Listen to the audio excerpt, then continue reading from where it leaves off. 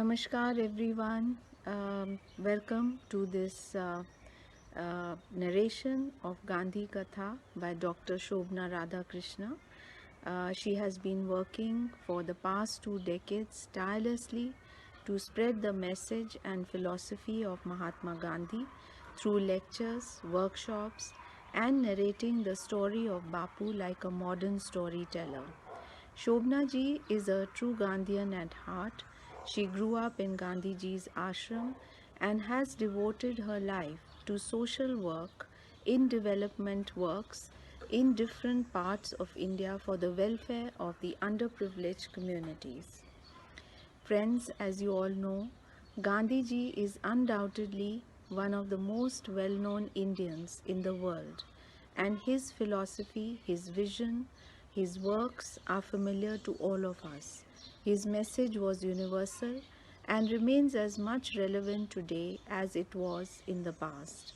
He strongly believed in protecting the environment and conserving nature, in respecting diversity and fighting social prejudice, maintaining integrity in public life and simplicity in personal life.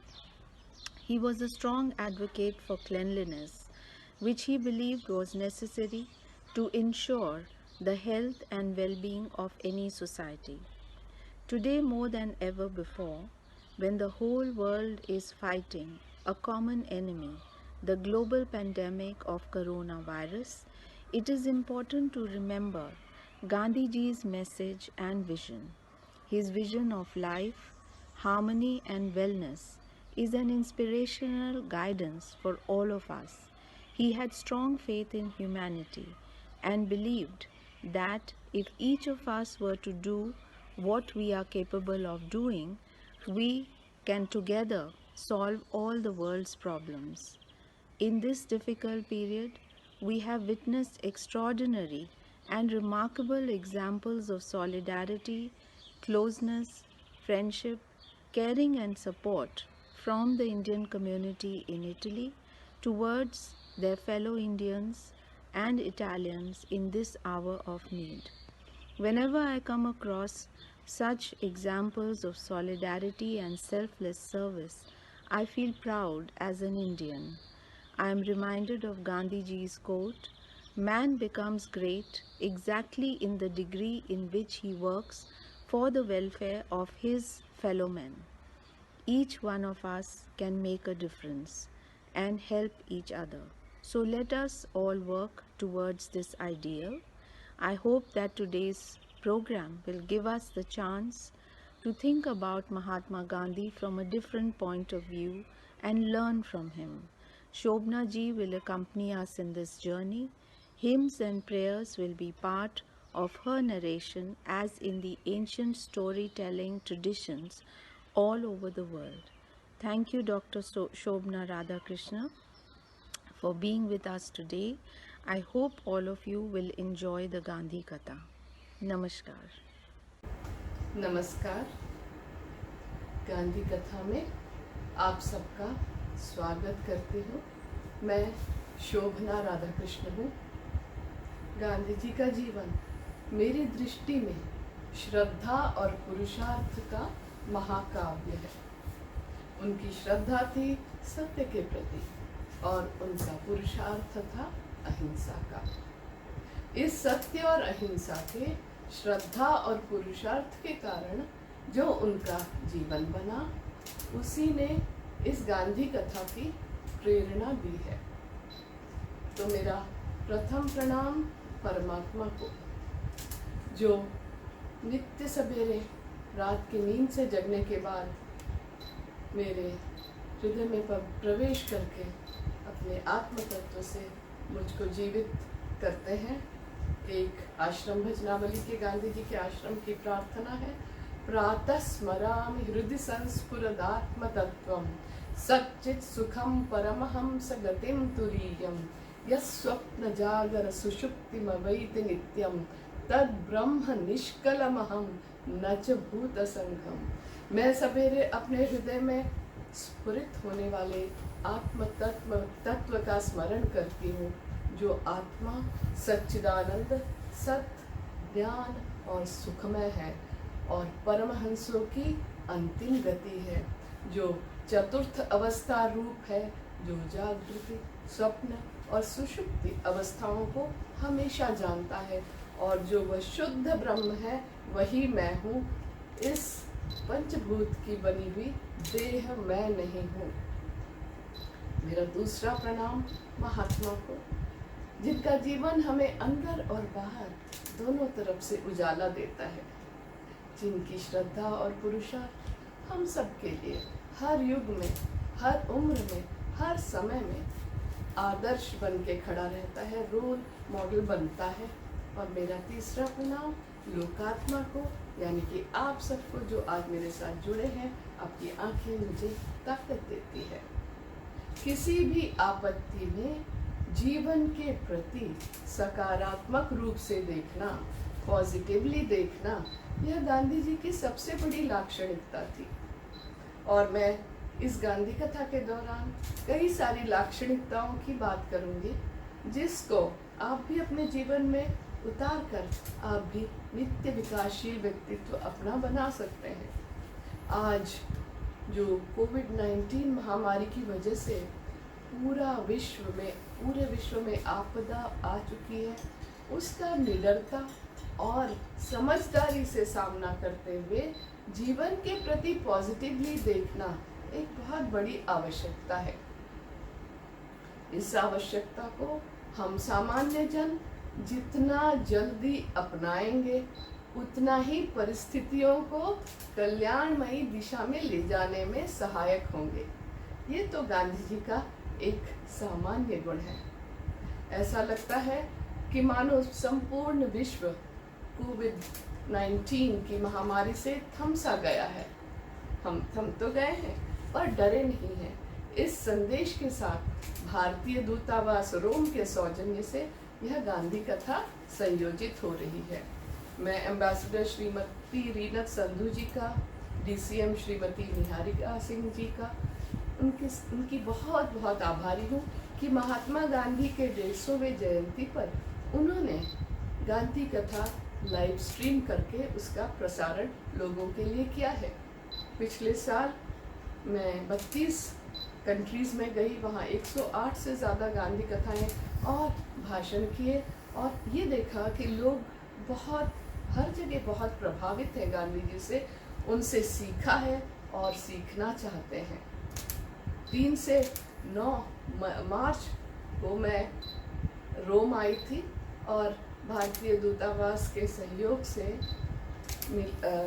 फिरेंजे, Naples और रोम में भी 5 universities में मेरी गांधी कथाएं व भाषण हुई। आज की गांधी कथा में संगीत की प्रस्तुति श्रीमती स्वाति भगत और श्री दीपक कालराग करेंगे। प्रेजेंटेशन और टेक्निकल सहयोग श्री डॉक्टर रवि चोपड़ा जी करेंगे, और गांधी कथा के धुन और गीत स्वर्गीय श्री नारायण देसाई जी ने लिखे हैं। गांधी जी अपने दिन की शुरुआत और अंत प्रार्थना से करते थे। ये सारी प्रार्थनाएं खुले आसमान के नीचे होती थी, सवेरे 4 बजे और शाम को 7 बजे। ये सर्वधर्म प्रार्थना होती थी, ऑल रिलीजियस प्रेयर्स। इसमें सारे धर्मों की प्रार्थनाएं गाई जाती थी। गांधी जी का मानना था कि सारे धर्म अंततः एक ही सत्य की ओर इशारा करते हैं, इसीलिए हमें चाहिए कि सारे धर्मों के सार को श्रद्धा से पढ़ें और विभिन्न धर्मों के अनुयायियों से मित्रवत और सहृदयता का व्यवहार रखें और दोस्ती रखें। आज की गांधी कथा की भी शुरुआत प्रार्थना से ही होगी। ये प्रार्थना गुरु नानक देव जी के 550वें प्रकाशोत्सव के पर्व पर उनके सुमरन कर ले मेरे मना से करेंगे। गुरु नानक देव जी केवल एक संत ही नहीं, बल्कि विचारक, समाज सुधारक, चिंतक, कवि और देश को विशेष रूप से प्यार करने वाले थे।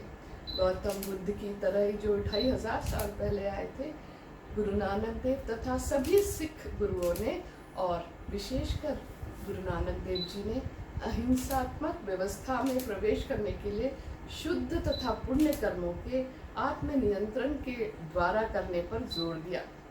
इसके अलावा गौतम बुद्ध की तरह जिन्होंने करुणा को अहिंसा का औजार बनाया और अपने समय की प्रचलित स्थितियों के अनुरूप काम किया, गुरु नानक देव जी ने भी करुणा को अहिंसा का आधार बनाया और इसी को गांधी जी ने आगे बढ़ाया।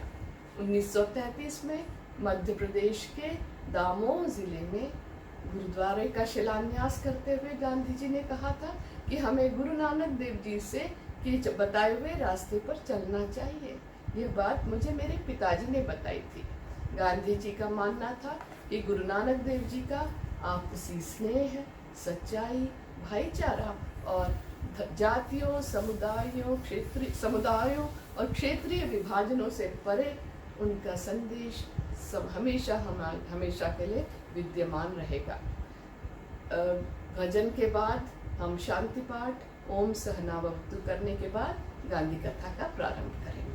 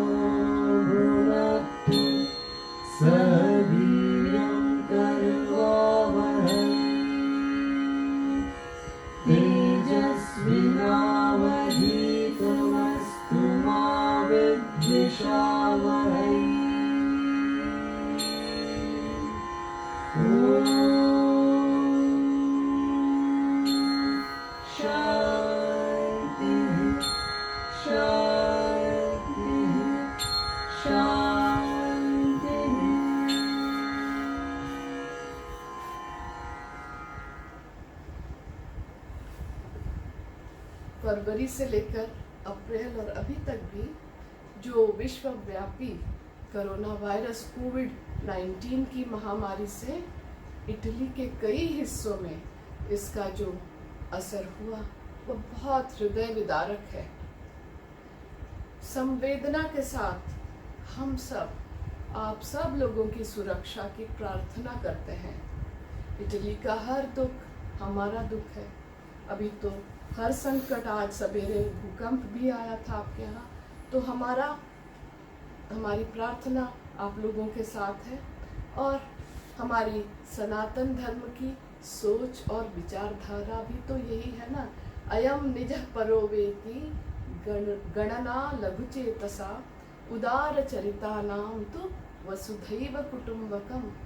महोपनिषद के चतुर्थ अध्याय के श्लोक 71वें श्लोक में वसुधैव कुटुंबकम की जो बात की गई है वही सनातन धर्म का मूल संस्कार है और विचारधारा है। इसका अर्थ है ये पूरी धरती एक ही परिवार है। ये जो भावना है कि हम सारे ह्यूमन फैमिली के मेंबर्स हैं और हम एक हैं और एक दूसरे के साथ एकात्मकता का जो अनुभव गांधी जी का होता था, ये उनकी एक लाक्षणिकता थी कि वो सबको अपना मानते थे, उनके लिए कोई भी पराया ना था। कृष्ण भगवान भी भगवद गीता में कहते हैं 6ठे अध्याय के 30वें श्लोक में, यो माम पश्यति सर्वत्र सर्वं च मयि पश्यति तस्याहं न प्रणश्यामि स च मे न प्रणश्यति। जो पुरुष संपूर्ण भूतों में सबके आत्मस्वरूप मुझ वासुदेव को ही व्याप्त देखता है और संपूर्ण भूतों को मुझ वासुदेव के ही अंदर समाते हुए देखता है, उसके लिए मैं अदृश्य नहीं होता और वह मेरे लिए अदृश्य नहीं है। फिर इसी बात को 9वें अध्याय के 6ठे श्लोक में भी कहा है, यथा आकाशा स्थितो नित्यम वायु सर्वत्र गमे महान तथा सर्वाणि भूतानि मत्स्थानी युपधारयत्। जैसे आकाश में उत्पन्न सर्वत्र विचरने वाला वायु सदा आकाश में ही स्थित है, वैसे ही मेरे संकल्प द्वारा उत्पन्न संपूर्ण भूत मुझ में ही स्थित, ऐसा जानो। ये जो भावना है एकात्मकता की, ये गांधी जी को बहुत जल्दी समझ में आ गई थी।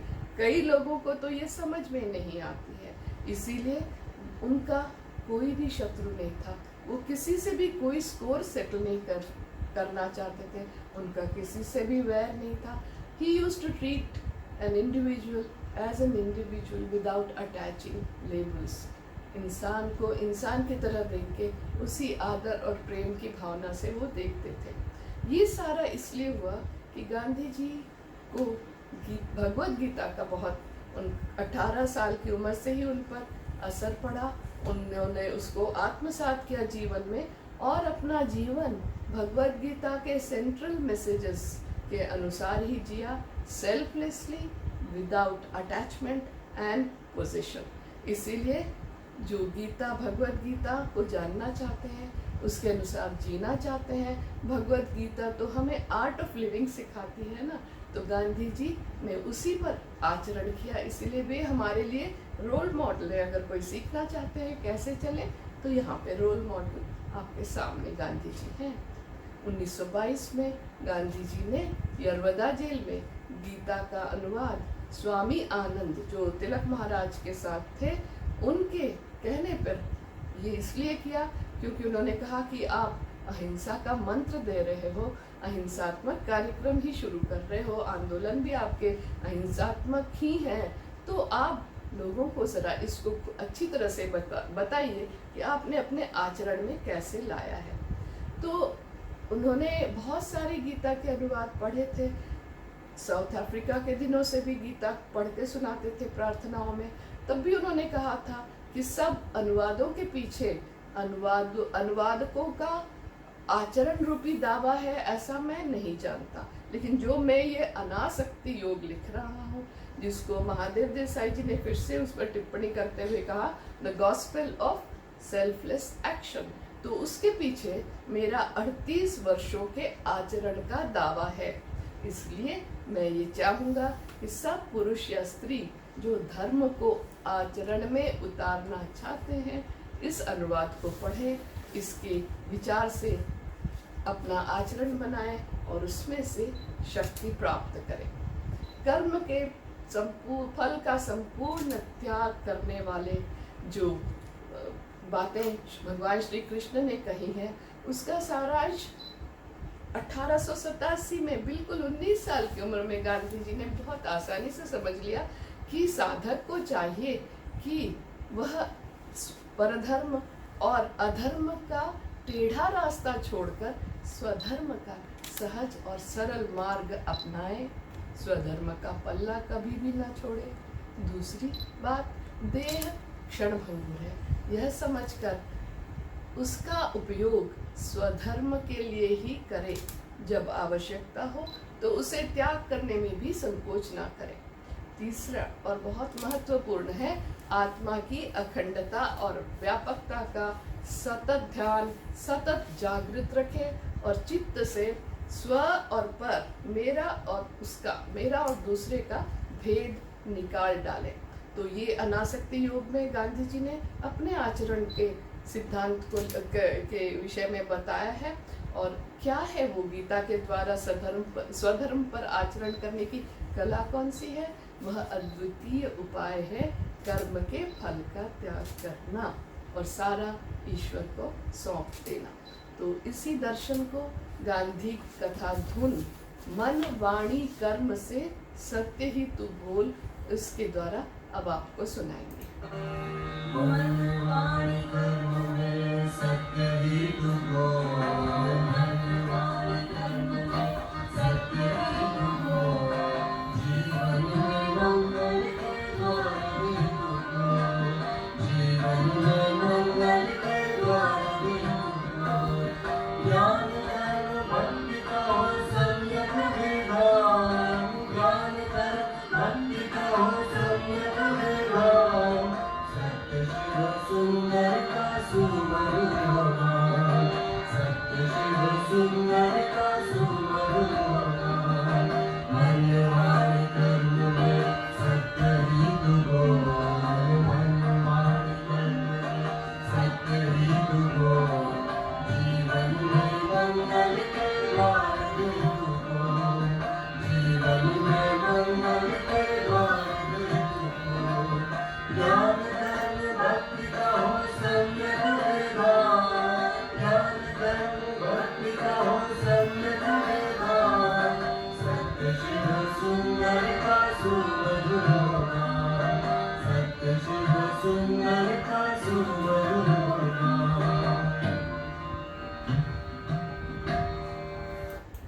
गांधी जी का 123 साल पहले से ही पब्लिक हेल्थ के लिए, समाज कल्याण के लिए जो अद्वितीय योगदान था, उसको शायद बहुत लोग नहीं जानते हैं। वो सही माने में एक वेलनेस गुरु के जैसे हमारे सामने रोल मॉडल बन के आ जाते हैं। ऐसे व्यक्ति थे जिन्होंने कहा था, न त्वहम कामये राज्यम न स्वर्गम न पुनर्भवम, कामये दुख तप्तानाम प्राणिनाम आर्तिनाशनम। न मुझे राज्य चाहिए, न सिंहासन चाहिए, न ही मुझे स्वर्ग की आशा है। मैं तो केवल दुख से पीड़ित लोगों का दुख नाश करना चाहता हूँ, दुख खत्म करना चाहता हूँ। और तुलसीदास ने भी तो कहा है, परहित बस जिनके मन माही, तिन कह जग दुर्लभ कछु नाही। तो ये गोस्वामी तुलसीदास रामचरितमानस में और सारे हमारे जो भी महापुरुष गुरु, महान से महान पूरे दुनिया भर के महापुरुष हुए हैं, उन्होंने यही तो मार्ग हमको दिखाया है। इसीलिए गांधी जी ने कहा कि truth and non-violence are as old as mountains. I have nothing new to teach in the world. I am merely applying truth and non-violence to newer fields. क्योंकि पहले से ही, उनसे पहले से ही पूरे दुनिया के तमाम महापुरुष उस रास्ते पे चल के गए हैं। गांधी जी बचपन से ही स्वास्थ्य के प्रति बहुत जागरूक थे। उनका मानना था कि हमारी जीवन शैली ऐसी होनी चाहिए कि शारीरिक, मानसिक और आध्यात्मिक विकास निरंतर होता जाए। हमें रोग को तो अपने पास भी फटकने नहीं देना चाहिए और हर व्यक्ति की जिम्मेदारी है कि वो अपनी देखभाल ठीक ठाक से करे। हमारे उपनिषदों ने भी तो यही ज्ञान दिया है, मन एवं मनुष्याणाम कारणम बंध मोक्षयो, बंधाय विषयासक्तम मुक्तम निर्विषयो स्मृतः। तो गांधी जी ने ये बात एक भाषण में 10 नवंबर 1918 जब पूरे विश्व में एक भयंकर महामारी आई थी कोविड-19 से कई साल और सेंचुरी पहले जो ये महामारी आई थी स्पेनिश इन्फ्लुएंजा का, उस समय गांधी जी ने कहा था कि our ancestors could build such tough bodies in the past, but today we are reduced to a state of miserable weakness and are easily infected by noxious germs moving in the air. There is one and only one, really one effective way by which we can solve our problems, and that is, even in our present broken state of health, the way is of self-restraint, sanyam, or imposing a limit to our acts. हमारे जो भी हम करते रहते हैं उस पर limit में रख के संयम के साथ अगर हम जीवन जिए तो हम इस किसी भी तरह की परिस्थिति में हम उससे सामना कर सकते हैं। वैसे तो गांधी जी बचपन से ही डॉक्टर बनना चाहते थे, पर वैष्णव परिवार के होने के नाते उनके घर वालों ने कहा कि हमारे आपके स्वर्गीय पिताजी को ये पसंद नहीं होता कि वैष्णव परिवार में चीर फाड़ की जाए। तो गांधी जी ने कहा ठीक है, और वो लंदन चले गए थे बैरिस्टर बनने के लिए, लेकिन उनका स्वधर्म या इनर कॉलिंग तो सेवा ही था, इसीलिए उन्होंने अपने स्वधर्म सेवा को मानवता की सेवा में परिवर्तित कर दिया और इसका तरीका अपनाया नैसर्गिक उपचार, नेचर क्योर। उनका कहना था कि हमारा शरीर स्वस्थ रहे, इसका मतलब यह है कि हमारा शरीर ऐसा होना चाहिए जो रोग मुक्त होना चाहिए और हम सारी दिनचर्या पूरे दिन में बिना थके हुए निभा सके। ये उनके बहुत मानना था उनका कि सारे लोगों को अपने शरीर के बारे में पूरी जानकारी होनी चाहिए। ये हमारा शरीर तो पंच तत्व से बना हुआ है, ऐसे हमारे प्राचीन ग्रंथ और हमारे प्राचीन ऋषियों ने भी कहा है, और वो पंचभूत हैं जल, वायु, अग्नि, पृथ्वी और आकाश। इसीलिए हमारे शरीर को स्वस्थ रखने के लिए इन सारे पंचभूतों का सही रहना जरूरी है। इसी वजह से हमें अपना जीवन प्रकृति के साथ तालमेल बना के ही रखने में और प्रकृति के साथ कोएग्जिस्टेंस करते हुए रहने में ही हमारे लिए भलाई है और हमारे भविष्य का रास्ता भी ऐसा ही है। लेकिन गांधी जी के समय हालांकि ऐसी भयंकर जटिल समस्याएं नहीं हो सकती हैं, लेकिन गांधी जी फर्स्ट एनवायरमेंटलिस्ट थे जिन्होंने पहले ही अपने प्रिकॉशियस विजन और नॉलेज से कह दिया था कि earth has enough for man's needs but not for man's greed. और आज जो एनवायरमेंटल डिग्रेडेशन का बहुत प्रमुख कारण है वो तो इंसान की ग्रीड ही है ना। और उन्होंने ये भी कहा था कि the earth, the air, the land and water are not an inheritance from our forefathers but on loan from our children, so we have to hand it over to them as it was handed over to us। और पिछले साल 2 अक्टूबर में मैंने UN regional office में Vienna में जो keynote address दिया था, उस समय गांधी जी का स्टैम्प भी रिलीज हुआ था जिसमें यही संदेश दिया गया है। तो अब थोड़ा सा उनके पब्लिक वर्क और कल्याण, समाज कल्याण के कामों के बारे में थोड़ी सी जानकारी मैं आपको देना चाहूँगी। दक्षिण अफ्रीका में 1897 में ही वो जब उन्होंने देखा कि बहुत सारे नेटिव जुलू लोगों में कुष्ठ रोग हो गया है, तो उनमें से एक व्यक्ति जो उनके पास आया था और पेड़ के पीछे से देख रहा था कि शायद मेरी मदद यही एक व्यक्ति करेगा क्योंकि समाज ने मेरा बहिष्कार कर दिया है। तो गांधी जी ने उसको अपने पास बुलाया, उसके घाव धोए, पोटेशियम परमैंगनेट से उसको साफ किया और उसको अपने पास रखा और बाद में जाके अस्पताल बना के चंदा उठा के फिर ऐसे रोगियों के लिए सेवा की। और ये सेवा भारत आने के बाद भी उन्होंने कुष्ठ रोगियों की सेवा एक कंस्ट्रक्टिव एक्टिविटी बनाई और बहुत सारे नेचर क्योर सेंटर्स बनाए और बहुत सारे वर्कर्स को ट्रेन किया। बाद में 1899 से 1902 का जो एंग्लो बोयर वॉर था और बाद में 1906 का जो जुलू अपराइजिंग के समय एम्बुलेंस कोर बनाकर घायलों की सेवा शुश्रूषा की, देखभाल की। और उसके बाद जब 1904 में इंडियन इंडेंचर्ड लेबर के सेटलमेंट में ब्यूबोनिक प्लेग आ गया था और इतना महामारी फैल गई थी और इतने लोग मर रहे थे, तो गांधी जी खुद गए और वहाँ पे जाके उन्होंने लोगों को क्वारंटाइन किया, उनकी शुश्रूषा की, उनकी नेचर की ओर से उनको ठीक करने की कोशिश की और हुए भी लोग ठीक। वहाँ पे साफ सफाई का ध्यान रखा। इसमें कस्तूरबा गांधी भी उनके साथ थी। और बाद में चाहे वो सेवा या कल्याण का काम हो, चाहे सांप्रदायिक दंगों में जो पीड़ित लोगों की सेवा करना हो, चाहे भूकंप और बाढ़ पीड़ित लोगों की मदद हो, गांधी जी हमेशा फ्रंट लाइन वर्कर के जैसे खड़े होते थे। उन्होंने कहा था, I am the commander of the non violent army. और इसीलिए कहीं भी अगर पोटेंशियली डेंजरस सिचुएशन होता था तो वो सबसे आगे जाते थे। अब ये जो समझ सबको अभी तक आई ना हो तो आ जाना चाहिए कि जैसा ब्रह्मांड में है वही एलिमेंट्स, वही मॉलिक्यूल्स, वही पंचभूत जो ब्रह्मांड में है, यूनिवर्स में है, वही हमारे अंदर भी है। यथा पिंडे तथा ब्रह्मांडे। You are the universe within the universe. As with the self, so is the universe.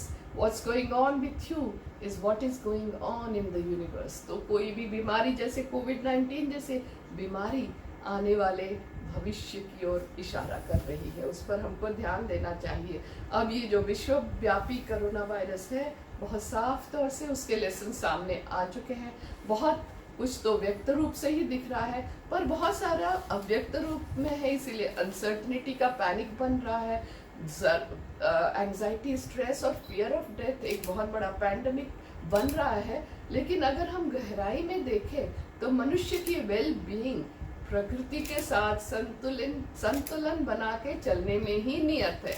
Living with nature and supporting the nature, ताकि उसकी सारी क्रिएशन की वेलबीइंग का ध्यान रखा जाए। तो ये जो आजकल, इसके अलावा एक और पैंडेमिक है जो गलत न्यूज़ का पैंडेमिक है, वो भी एक तरह से स्ट्रेस बढ़ा रहा है। जैसे ही लोगों को अब समझ में आ जाना चाहिए कि कल्याण के लिए इंसान को ही अपने हीलिंग के लिए, अपने वेलबीइंग के लिए कदम उठाने पड़ेंगे। उसमें कम्युनिटी और म्यूचुअल सपोर्ट हो, मानव जाति के सुख और खुशी की कद्र हो, जिंदगी भर अच्छा स्वास्थ्य रहे, शुद्ध वातावरण, शुद्ध हवा, वायु और खाना उनको मिले, हिंसा और असहिष्णुता के बदले शांति और कल्याण और एकात्मकता का वातावरण हो। इसकी कोई भी विपरीत अगर सोच होगी तो हम बिल्कुल ही गलत रास्ते में जैसे अभी पहुंचे हैं ऐसे ही पहुंचेंगे। तो अभी ये वेकअप अलार्म बेल बज चुका है।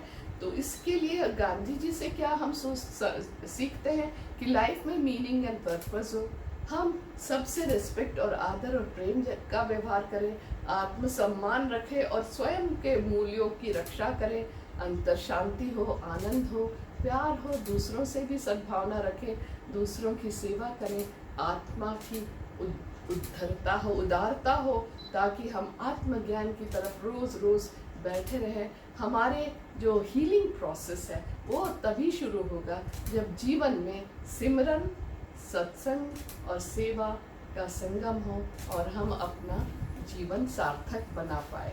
तो अभी ये एक और गांधी कथा धुन के साथ ये वाला हम गांधी कथा को आगे बढ़ाएंगे। लागी रे लगन, सत्य अहिंसा में मन मेरा मगन।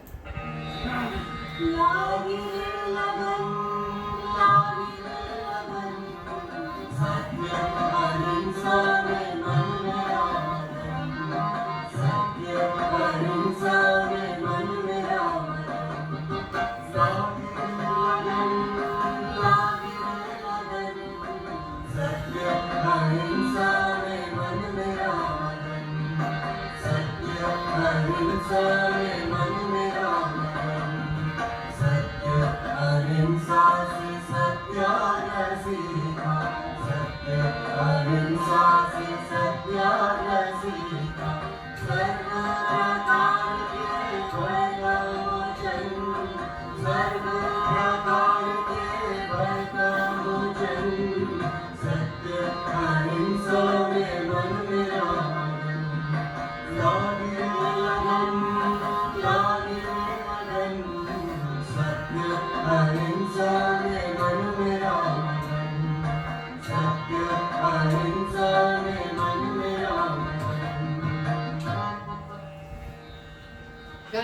उनका चरित्र निर्माण में 3 उपमहाद्वीपों का बहुत सारा रोल रहा है। उनका चरित्र गठन और आध्यात्मिकता के बीच 18 साल तक जब वो भारत में थे तब बोए गए। उन्होंने इंग्लैंड में अपना जो बैरिस्ट्री पढ़ी, उसके साथ साथ उनके विजन का विस्तार हुआ। आनो भद्राः क्रतवो यन्तु विश्वतः, let noble thoughts from all around the world come to me. इतना वो हमेशा स्टूडेंट बने रहे। बड़े बड़े विचारकों का और फिलोसफर्स का उन्होंने दर्शन समझा। गीता, भगवत गीता से पहली बार परिचय हुआ। भगवान बुद्ध का जो लाइट ऑफ एशिया उन्होंने वहाँ पे पढ़ी। और एक और चीज़ सीखी इंग्लैंड में, वो थी नागरिकता का पाठ। साउथ अफ्रीका जहाँ वो 21 साल रहे, वहाँ पर उन्होंने साधना की और सत्याग्रह वहाँ से शुरू हुआ।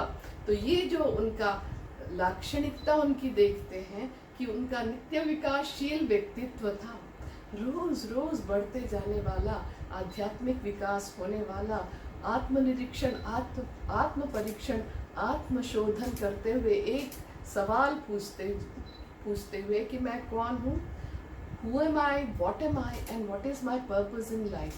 सवेरे और शाम की प्रार्थना में ये सवाल पूछ के अपना कोर्स करेक्शन करते हुए एक बहुत मॉरल और एथिकल लाइफ जीते हुए, स्पिरिचुअल लाइफ जीते हुए महात्मा गांधी हमारे सामने रोल मॉडल के जैसे खड़े हैं, जिनसे हम सब कुछ सीख सकते हैं।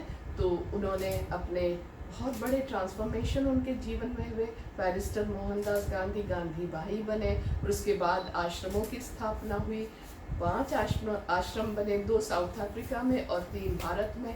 आखिरी आश्रम जो था वो सेवाग्राम में था 1936 से 1944 तक। उसी सेवाग्राम आश्रम में मेरा जन्म हुआ था और पिताजी बचपन से ही गांधी जी से प्रभावित थे और अहिंसक आंदोलन, सत्याग्रह में, कारावास में भी रहे। सेवाग्राम आश्रम में रहते हुए 6 दशक से भी ज़्यादा उन्होंने गांधी कार्य किया, पब्लिक वर्क किया और हमारे परिवार ने गांधी कार्य ही किया है और अभी भी करते जा रहे हैं। लेकिन ये गांधी कार्य सिर्फ हमारे परिवार के लिए नहीं है, ये तो सारी ह्यूमैनिटी के लिए है कि दूसरों का भला करें, करुणा और दया रखते हुए लोगों की सेवा करें। तो महात्मा गांधी वैसे तो पेशे से वकील भी थे, लेकिन असल ज़िंदगी में वे सेहतमंद दिनचर्या के वकील थे। उन्होंने बहुत सारी किताबें लिखी हेल्थ और डायटेटिक्स पे। स्वास्थ्य की कुंजी, की टू हेल्थ, उनकी बहुत अच्छी किताब है। और जैसे मैंने आपको बताया है कि गांधी जी के आश्रम की दिनचर्या थी संयम, स्वावलंबन, नियमित दिनचर्या, जल्दी उठना, स्वाध्याय करना, सुबह शाम की नियमित प्रार्थना, ग्रैटिट्यूड करने के लिए, देने के लिए मेडिटेशन, प्राणायाम, घूमना, कसरत, वॉकिंग, योगाभ्यास, श्रमदान, नेचर क्योर, साइलेंस, मौन, पंक्चुअलिटी, प्रॉम्प्टनेस एंड डिसिप्लिन, पूरे दिन भर सेवा के लिए नियतम कर्म करना, सादा पौष्टिक वेजिटेरियन खाना और करुणा, क्षमा, इस भावना से सबकी सेवा करना, उपवास करना और सारे जीवन के सारे अच्छे काम करते हुए 8 घंटे पूरी तरह से गाढ़ी नींद लेना। तो ये आश्रम की दिनचर्या हमेशा हमेशा के लिए बहुत बड़ी चीज़ है। वहाँ तो किसी बीमारी या टेंशन या मानसिक तनाव की कोई ज़रूरत नहीं थी। बहुत सारे उतार चढ़ाव भी देखे, लेकिन 1 मिनट भी वेस्ट न करते हुए उन्होंने हर काम को सुचारू ढंग से अपने आश्रम जीवन में किया। अपने ये जो लाइफस्टाइल परिवर्तन है, यही आपको रीइन्वेंट करना होगा कि अपनी ज़िंदगी में हम कैसे आगे अच्छी तरह से हम चले। जैसे कि मैंने पहले भी कहा है, प्रकृति के साथ तालमेल बना के। भगवद गीता में भगवान श्री कृष्ण ने भी 6ठे अध्याय के 17 श्लोक में तो बता ही दिया है ना, युक्ताहार विहारस्य युक्त चेष्टस्य कर्मसु युक्त स्वप्नाप्रबोधस्य योगो भवति दुःखः। तो ये जो सारी सीख आज से तो नहीं दे रहे हैं, ये तो बहुत हजारों बरस की हमारी सीख है। इसीलिए भगवद गीता के 3 अध्याय के 21वें श्लोक में भगवान श्री कृष्ण ने अर्जुन को कहा, यद्यद् आचरति श्रेष्ठस् तत्तत्ते वेतरो जनः स एवं प्रमाणम कुरुते लोकस्तत् अनुवर्तते।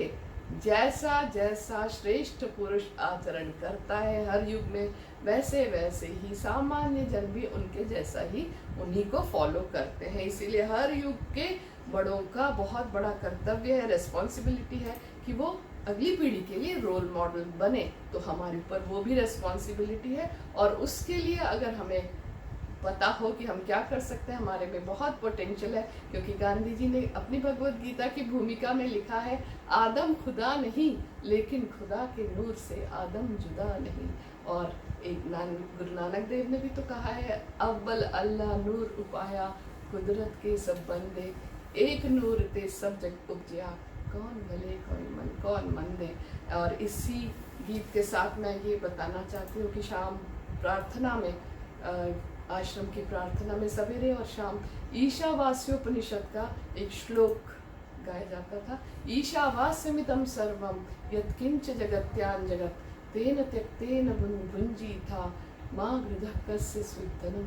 इस जगत में जो कुछ भी जीवन है वो ईश्वर का बसाया हुआ है। यहाँ पे तुम्हारा कुछ भी नहीं है।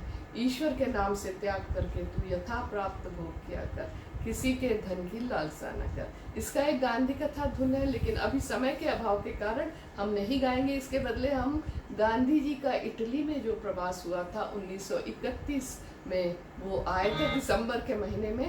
पहले ही Gandhi ji Saint Francis of Assisi के जीवन से बहुत प्रभावित थे, और जैसे सेंट फ्रांसिस ऑफ असीसी बड़े अमीर परिवार में पैदा हुए थे, पर उन्होंने जीसस क्राइस्ट की सीख के अनुसार त्याग, अनासक्ति और स्वैच्छिक गरीबी का जीवन अपनाया। वो जीवन उन्हें गदगद कर देता था। तो गांधी जी जब इटली आए तो जाना तो था मिलान, लेकिन उनके मित्रों ने रोम बुलाया था। तो वो आए थे रोम में, जहाँ बड़ी गर्मजोशी से उनका स्वागत हुआ था। लेकिन गांधी जी देख रहे थे कि राजनीतिक परिवेश की वजह से आम लोगों में एक तरह का डर बैठा हुआ था। गांधी जी पोप और मुसोलिनी से मिलना चाहते थे। पोप से तो नहीं मिलना हुआ, पर मुसोलिनी से मिले। बड़ा अजीब सा दृश्य था, दो अलग ग्रह के लोग जैसे मिल रहे हो, एक हिंसा का प्रतिपादक और एक अहिंसा का पुजारी। दोनों चाहते थे एक दूसरे के साथ कुछ ऐसी चीज, वो मुसोलिनी चाहते थे कि गांधी जी कुछ उनकी तारीफ करे तो वो दुनिया भर को बताए, और गांधी जी चाहते थे कि इस तानाशाह के हृदय का परिवर्तन करें। तो ये एक और चीज जो उन्होंने की वो ये थी कि मैडम मॉन्टेसरी से वो लंदन में ही मिल के आए थे। यहाँ पे मॉन्टेसरी स्कूल में जाके देख के आए, क्योंकि उनका ही शिक्षा के बारे में उनके विचार बहुत ही रेवोल्यूशनरी है। नई तालीम या बेसिक एजुकेशन शिक्षा और मैडम मॉन्टेसरी की जो शिक्षा पद्धति थी उसके बारे में वो दोनों ही प्रभावित थे, और इसीलिए उनके साथ उनकी बहुत अच्छी मीटिंग हुई शिक्षा के संबंध में, आध्यात्मिकता के संबंध में, अहिंसा के संबंध में। लेकिन उनका और यादगार जो लम्हा था वो काउंट लियो टॉल्स्टॉय की बड़ी बेटी तांतियाना से मिलने का था, जो अब शादी करके सिग्नोरा एल्बर्टिनी बन के रोम में रह रही थी। तो उन्होंने बताया कि उनके पिता टॉल्स्टॉय गांधी जी से बहुत प्रभावित थे और सारे परिवारजन भी बहुत प्रभावित थे। और अब जो गांधी जी अहिंसात्मक आंदोलन चला रहे हैं भारत के आज़ादी के लिए, उससे तो वो बहुत उस संघर्ष से वो बहुत खुश हो जाते हैं। इस तरह से जब एक और चीज़ हुई कि ब्रिटेन के किंग एम्परर जॉर्ज फिफ्थ की इकलौती बेटी प्रिंसेस मारिया उनसे मिलने हैरिस विला में आई। उनके लिए एक फिग की टोकरी भेंट करने के लिए आई। लेकिन गांधी जी के लिए सबसे मेमोरेबल था वेटिकन में सिस्टीन चैपल जाना।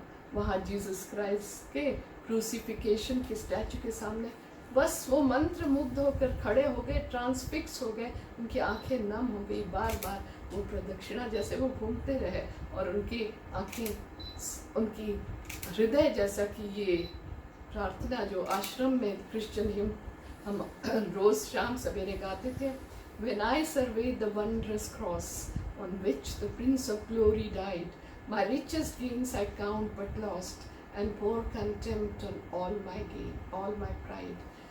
See from his head, his hands and feet, sorrow and love flow mingle down.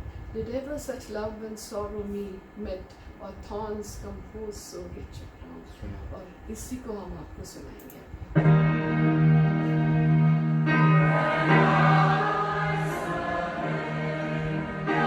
I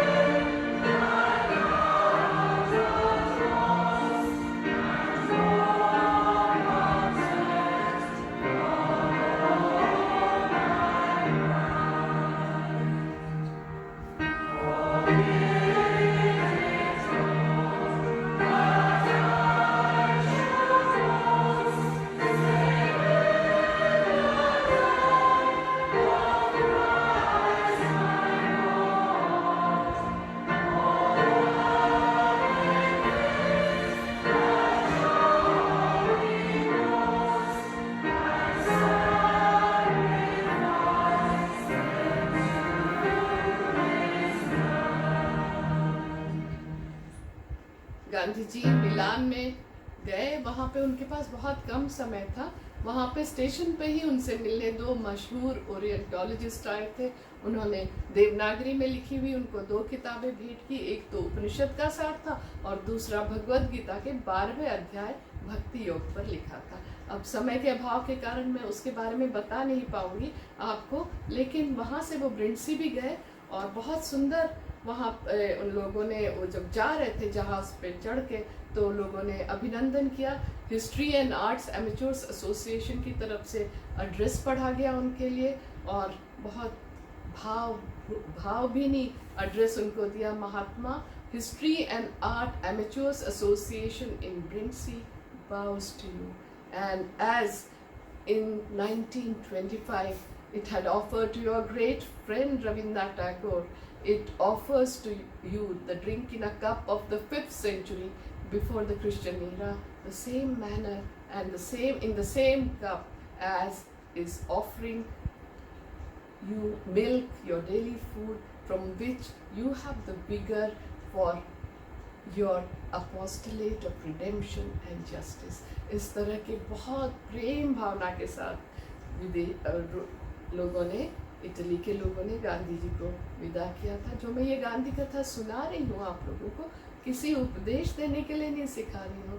जो उससे लाभ उठाना चाहते हैं वो ज़रूर उठाएं, जो सीखना चाहते हैं ज़रूर सीखें। मैं तो गांधी कथा हरिनाम संकीर्तन, नाम सुमिरन स्मरण करने के दृष्टि से सुनाती रहती हूँ, और गांधी कथा सुनाते समय मेरी भावना तो हरिनाम लेने की भावना रहती है। तो इस वक्त चूँकि अंत हो चुका है और समय ख़त्म हो रहा है, जैसे गांधी जी अपने सारे कार्यक्रमों के सारे दिन की समाप्ति भी प्रार्थना से ही करते थे, तो हम भी गांधी जी से जो भी सीखा कि हम हमारे कल्याण के लिए, हमारे अच्छे हालचाल के लिए जो ज़रूरी बानगी है वो कम्युनिटी एंड म्यूचुअल सपोर्ट का होना चाहिए।